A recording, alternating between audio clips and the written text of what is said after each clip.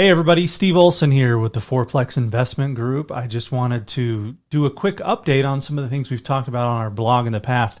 And I am in our brand new studio that we don't entirely know how to work yet and that we're still kind of setting up. So let's see how it goes. And I think these videos will improve over time as we get a little bit more experience doing this. I've got Preston, our marketing guy, here with me who's patiently watching me fumble through the video, which I appreciate. So a number of months ago, I think it was probably in early 2020, which seems like it was 10 years ago, early 2020, a different time, right?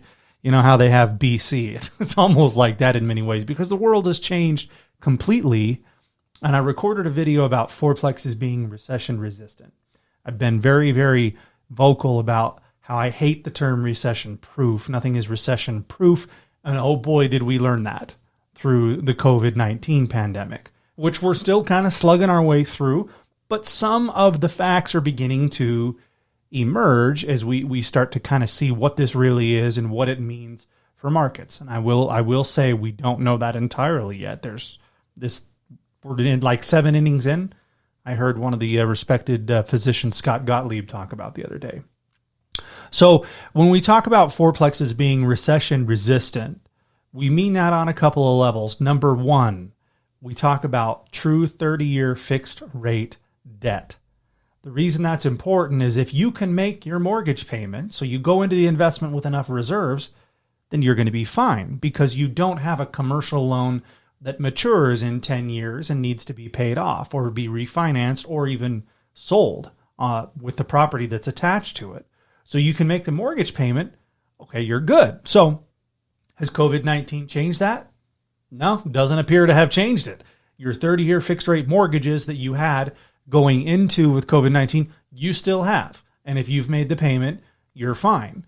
Your asset values don't appear to be effective. I think they've gone up during COVID-19, which is probably a video topic for another day.